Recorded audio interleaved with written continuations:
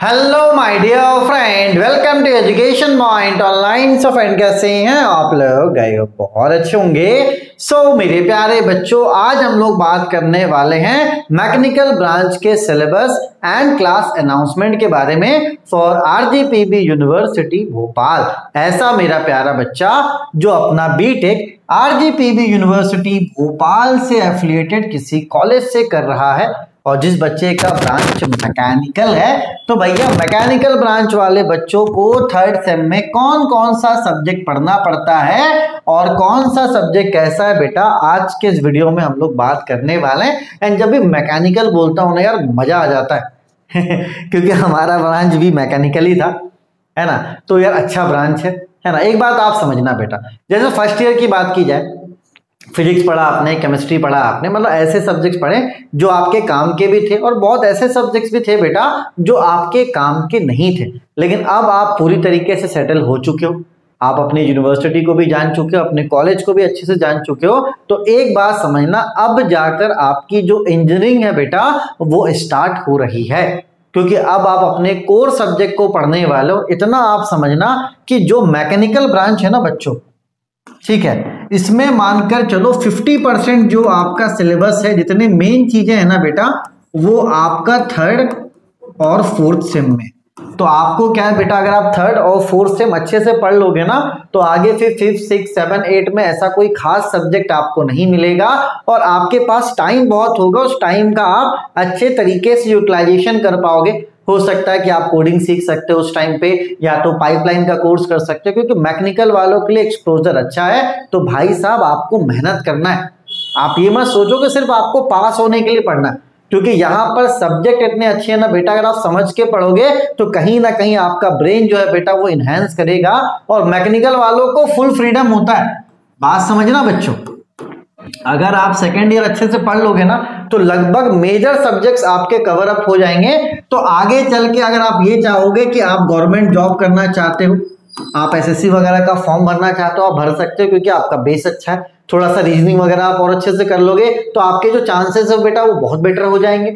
ठीक है, साथ ही साथ बेटा अगर आप कोडिंग वगैरह में भी जाना चाहते हो तो आगे आप जा सकते हो। मतलब मैकेनिकल वालों को कहीं पर बंदिश नहीं है, आप चाहो गवर्नमेंट में जाओ, आप चाहे प्राइवेट में जाओ, पाइपलाइन में जाओ, तो बहुत सारे लाइनअप है। एचबीएससी है, एसी वगैरह, मतलब बहुत सारा लाइनअप है। लेकिन वो कब काम करेगा बेटा, जब आप अच्छे से पढ़ोगे, आपका बेस अच्छा रहेगा, तो आप कहीं पर भी जाकर अच्छे से मेहनत करके कामयाब बन पाओगे बेटा। तो बिल्कुल परेशान नहीं होना।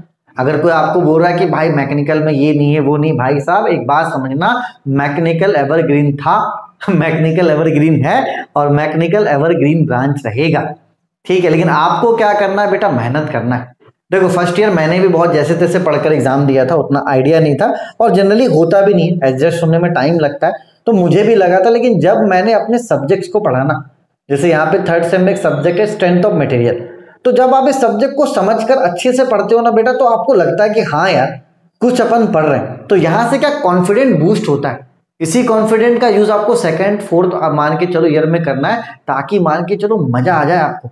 क्योंकि जो कॉन्फिडेंट है बेटा ये अभी से स्टार्ट होगा तो ये फोर्थ ईयर तक जाएगा। और अगर आप अभी सोचोगे कि अरे यार सिर्फ पास होने के लिए पढ़ना है, तो भाई कोई फ्यूचर नहीं है। इस बात को आप समझ लो, क्योंकि आपको ही पता है अगर आप अभी मेहनत नहीं करती, गवर्नमेंट जॉब वाला तो जो ऑप्शन है उसको कैंसिल ही कर दो, क्योंकि जितने मेजर सब्जेक्ट्स है बेटा वो आपके थर्ड और फोर्थ सेम में ही। तो अगर आप यहाँ मेहनत नहीं करोगे तो फिर आगे चल के गवर्नमेंट जॉब वाला जो ऑप्शन है वो आप कट कर दो, फिर आपके लिए ऑप्शन रहेगा प्राइवेट का। तो भाई क्यों कट करना, अच्छे से पढ़ो ना। अगर और अच्छे से पढ़ोगे, हो सकता है आगे चल के आप गेट क्वालिफाई कर जाओ, और गेट जब आप क्वालिफाई करते हो, एमटेक आपको नहीं भी करना रहता है ना, तो प्राइवेट में आपको अच्छा जॉब मिल जाता है। ठीक है, तो आप अच्छे से पढ़ो, फ्यूचर अच्छा है ना। अगर आपको कोई नेगेटिव बोलता है, भाई साहब बोला ऐसा कभी भी नहीं हो सकता, मैकेनिकल हमेशा से एवरग्रीन ब्रांच रहा है। ठीक है भैया, चलो तो अभी आपका जो इंजीनियरिंग है वो स्टार्ट हुआ है।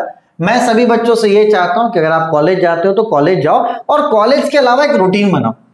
भले वो रूटीन 2 घंटे का हो, 3 घंटे का हो, 4 घंटे का हो, आप एक रूटीन बनाओ कि रूटीन से आपको पढ़ना है। ठीक है, और वो रूटीन ज्यादा नहीं, मंडे से फ्राइडे आप रखना कि मंडे से फ्राइडे अगर आपका 2 घंटे का भी रूटीन है तो मान कर चलो एक सप्ताह में 10 घंटे होते हैं, और 10 घंटा अगर आप पढ़ोगे तो बहुत है। बस आपको मन लगाकर पढ़ना है, ये नहीं कि बैठे हुए 4-4 घंटे, 2 ही घंटे बैठो, लेकिन आप अच्छे से पढ़ो। और भाई साहब बिना रूटीन के काम मत करना, क्योंकि पढ़ाई रूटीन में ही अच्छा होता है। यहाँ पर मान के चलो, अगर रूटीन से पढ़ोगे ना तो आप ज्यादा सिलेबस भी कवर अप कर पाओगे। ठीक है, बस रूटीन को टूटने मत देना। सैटरडे संडे अपने पास रखो, बिल्कुल नहीं परेशान हो, आराम से घूमो फिरो, क्रिकेट खेलो, मूवीज देखो, जो करना करो। सैटरडे संडे आप अपने लिए रखो, बाकी मंडे टू फ्राइडे रूटीन से पढ़ो, कॉलेज जाओ। ठीक है, जो असाइनमेंट्स वगैरह उनको आप करो, मतलब अपने लाइफ में बिजी रहो। 5 दिन अपनी पढ़ाई को दो, 2 दिन आप अपने लाइफ को दो, कोई दिक्कत वाली बात नहीं, एकदम बैलेंस होगा। लेकिन आप सोचोगे कि रूटीन से नहीं पढ़ेंगे, हम तो एग्जाम टाइम में पढ़कर पास हो जाएंगे, तो भाई बात समझना, अगर आपको नॉलेज नहीं तो प्राइवेट में ना आपको निचोड़ लिया जाएगा। नॉलेज जिसके पास होगा, नॉलेज का हर कोई कदर करता है। आज अगर आप मुझे यहाँ पे सुन रहे हो, ठीक है, तो आप मेरे नॉलेज की वजह से ही मुझे सुन रहे हो, अदरवाइज आपके पास बहुत सारा ऑप्शन था कि आप किसी को भी सुन सकते हो। ठीक है, तो नॉलेज अगर आपके पास रहेगा, कहीं ना कहीं फिट हो जाओगे, क्योंकि मैकेनिकल वाले भाई सब जुगाड़ू होते हैं। एक बैंक से लेकर मतलब कहीं भी मिल जाएंगे भाई, मैकेनिकल वाले आपको बैंक में मिल जाएंगे, मैं सीएस वालों को पढ़ाता हुआ मिल जाऊंगा, कोडिंग करते हुए मिल जाएंगे, तो मैकेनिकल वाले आपको हर जगह मिल जाएंगे भाई साहब। ठीक है, ऑलराउंडर होते हैं अपन। ठीक है, तो बेटा देखो, अभी जितने सब्जेक्ट्स हैं वो सारे आपके बेसिक सब्जेक्ट हैं, उनको आप अच्छे से मन लगाकर पढ़ो। अगर आप लास्ट मोमेंट प्रिपरेशन करना चाहते हो भाई, दिक्कत है ना, क्योंकि अब भाई साहब आपको ही पता कि कितना मान के चलो कंपटीशन बढ़ गया है, तो भाई अपने आप को नेगेटिव में मत डालो ना, पढ़ो अच्छे से, मन लगाकर पढ़ो। ठीक है, और इस बार आपको क्या करना, मिड सेम में अच्छे मार्क्स को अचीव करना, ये आप टारगेट रखिए। क्योंकि अगर मिड सेम में आप अच्छे मार्क्स लेकर आओगे तो फाइनल एग्जाम में अगर आपका पेपर थोड़ा 19-20 भी चला जाएगा तो भी ओवरऑल आप पास हो जाओगे। बच्चे क्या करते हैं, मिड सेम में लापरवाही करते हैं, है ना, और फाइनल पेपर में अगर अच्छे से नहीं पढ़े या तो क्वेश्चन टफ आ गया तो फेल हो जाते हैं। तो अगर मिड सेम आप अच्छा कर लोगे तो फाइनल पेपर अगर थोड़ा सा 19-20 भी होगा तो आपका काम चल जाएगा। ठीक है, चलिए भाई साहब, तो क्या क्या पढ़ना है, सबसे पहले तो आपको पढ़ना है मैथमेटिक्स 3, है ना। जो डिप्लोमा करके हैं भाई डायरेक्ट उनको मैथ्स पढ़ना, तो मैं तो बोलूंगा भाई साहब मैथमेटिक्स 3 आपको मेरे एप्लीकेशन पे मिल जाएगा, पूरा कोर्स M3 मेरे भरोसे आप छोड़ दो, इसको मैं करवा दूंगा। दूसरा जो आपका मेन सब्जेक्ट है बेटा, वो है आपका स्ट्रेंथ ऑफ मटेरियल, जिसको हम लोग कहते हैं सोम। ठीक है, प्योर न्यूमेरिकल सब्जेक्ट है, डेरिवेशंस भी हैं, थ्योरी बहुत कम है, तो ये लास्ट मोमेंट वाला सब्जेक्ट नहीं है। इसको अगर आप स्टार्टिंग से पढ़ोगे सारी चीजें आपको समझ में आएंगी। ये भी आपको मिल जाएगा मेरे ऐप पर। ठीक है भाई साहब, चलिए उसके अलावा देखो बेटा, थर्मोडायनेमिक्स अच्छा सब्जेक्ट है, लेकिन एक छोटा सा सब्जेक्ट है, ज्यादा बड़ा सब्जेक्ट नहीं है। तो थर्मोडायनेमिक्स आप यूट्यूब में भी सर्च करके पढ़ सकते हो, टॉपिक बाय टॉपिक, क्योंकि थर्मोडायनेमिक्स अब मुझे नहीं लगता कि इसको कोर्स लाने की जरूरत है, क्योंकि अगर आप यूट्यूब को फॉलो करोगे ना, थोड़ा ज्यादा बड़ा सिलेबस नहीं, छोटा ही सिलेबस है, आप आराम से कवर अप कर लोगे। ठीक है, चलो उसके बाद 2 सब्जेक्ट है, एक है आपका मटेरियल टेक्नोलॉजी और दूसरा आपका मैन्युफैक्चरिंग प्रोसेस। देखो बेटा, ये आगे अगर आपको कॉम्पिटिशन एग्जाम देना है तो इन दोनों सब्जेक्ट का आपको नॉलेज होना चाहिए। अगर आप गेट देना चाहते हो, एसएससी देना चाहते हो, तो ये फिर आपके समझो कोरी सब्जेक्ट हो जाएंगे, क्योंकि गेट एग्जाम में यहां से इन दोनों से कम कितना भी खराब तो 10 मार्क्स का क्वेश्चन पूछा जाता है इन दोनों सब्जेक्ट से। सोम से 7 मार्क्स का पूछेगा, है ना, थर्मोडायनेमिक्स से 7 से 8 नंबर का पूछ सकता है, और M3 से 5 नंबर का क्वेश्चन आता है। तो गेट में ही आप देख लो, अगर आप इतने सब्जेक्ट को पढ़ लोगे ना, गेट में आराम से आप 25+ मार्क्स ला सकते हो, क्योंकि सारे सब्जेक्ट जो है बेटा वो आपके मेन है। ठीक है, तो आपको क्या करना, मटेरियल टेक्नोलॉजी का आप सिलेबस डाउनलोड कर लो, मैन्युफैक्चरिंग प्रोसेस का आप सिलेबस डाउनलोड कर लो, और टॉपिक बाय टॉपिक यूट्यूब में सर्च करो। जैसे ड्रिलिंग है, ड्रिलिंग सर्च करके पढ़ लिया। ठीक है, फिर आपका मिलिंग है, मिलिंग आप सर्च करके पढ़ लिए। ठीक है, तो जो भी टॉपिक है यूट्यूब में सर्च करो, चैट जीपीटी पे सर्च करो, अच्छे से पढ़कर क्या करो, प्रॉपर नोट्स बना लो। और ऐसा नोट्स बनाना बेटा, अच्छी कॉपी में बनाना कि वो आगे भी आप कैरी कर सको, क्योंकि आप ये मत सोचो ना गेट एग्जाम में कुछ अलग से चीजें आती है, यही सब सारा सिलेबस होता है भाई साहब, है ना। RGBB का ये अच्छी बात है कि इसने गेट के सिलेबस को एकदम कॉमन रखा है। आप अगर M1 M2 M3 को तोड़ दोगे ना, वही गेट का सिलेबस है।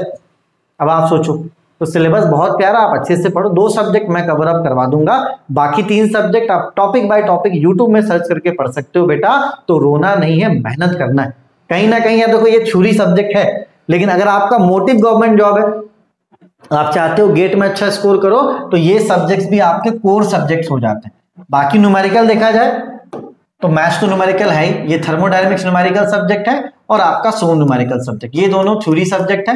लेकिन अगर आप अच्छा अचीव करना चाहते हो लाइफ में, तो भाई ये आपका मान के चलो एक तरह से मेन पेपर हो जाएगा, अगर आपको आगे चल के कॉम्पिटिशन वगैरह निकालना है तो। और किसी का मन में है कि नहीं भाई प्राइवेट जॉब ही करना, तो भाई जैसे पढ़ो, कोई दिक्कत वाली बात नहीं। ठीक है, चलो बेटा, तो अभी डिस्काउंट चल रहा है, M3 का कोर्स अभी आपको 699 में मिल जाएगा, सोम का कोर्स भी अभी आपको 699 में मिल जाएगा, अभी कूपन कोड चल रहा है। ठीक है, और ये जो ऑफर है ना बेटा, ये वैलिड सिर्फ और सिर्फ 20 अगस्त 2025 तक है। तो अगर आप वीडियो को बाद में देख रहे हो भाई तो इसके बाद आप परेशान मत होना, क्योंकि जो ऑफर है उसका डेट मैंने बता दिया। बच्चे, मैं कभी क्या डेट नहीं बताता हूँ तो बच्चे बाद में भी कॉल करते हैं, सर ऑफर था क्या हो गया। ठीक है, चलो बेटा अच्छे से मन लगाकर पढ़ो, रूटीन से पढ़ो। ठीक है, ये दोनों कोर्सेज है ना बेटा, चाहे M3 सोम का, ये आपको मेरे ऐप पे ही मिल जाएगा। ठीक, और आपको एक नया ऐप मैंने बनवाया इरफान रजा, उस पर भी मिल जाएगा। तो दोनों में से किसी ऐप पे भी आप कोर्स ले सकते हो, या एक कोर्स आप इसमें ले सकते हो, एक कोर्स आप इसमें ले सकते हो। क्योंकि यार कभी कभी क्या होता है, सर्वर वगैरह का इशू होता है, तो अगर एक एप्लीकेशन नहीं चल रहा है तो दूसरे एप्लीकेशन पे भी आप पढ़ सकते हो। ठीक है, चलिए तो डेमो लेक्चर का लिंक मैं आपको डिस्क्रिप्शन पे दे देता हूँ।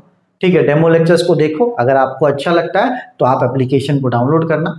ठीक है, आराम से उसमें आपको कोर्स मिल जाएगा। किसी भी तरह की कोई दिक्कत होती है बेटा तो इन नंबर पे आप मुझे कांटेक्ट कर सकते हो, है ना। व्हाट्सएप पे भी आप कांटेक्ट कर सकते हो, कॉल अगर आपको बहुत जरूरी हो तो कॉल लगाना, अदरवाइज व्हाट्सएप में भी मैं आपको जवाब दे दूंगा। ठीक है बेटा, चलो डेमो लेक्चर देखो। सो M3 स्टार्ट कर दो। थर्मोडायनेमिक्स का आप यूट्यूब में थोड़ा सा एक्सपोजर लो, बाकी जो बेटा 2 सब्जेक्ट्स हैं उनका सिलेबस को आप प्रिंट करवा लो, और टॉपिक बाय टॉपिक, है ना, उसको क्या करो, यूट्यूब में सर्च करो, अच्छे से पढ़ो, फिगर वगैरह अच्छे से बनाओ, ताकि आगे जब SSC वगैरह के लिए आप जाओगे बेटा, या गेट का पेपर देने जाओगे तो बहुत इजी लगेगा आपको।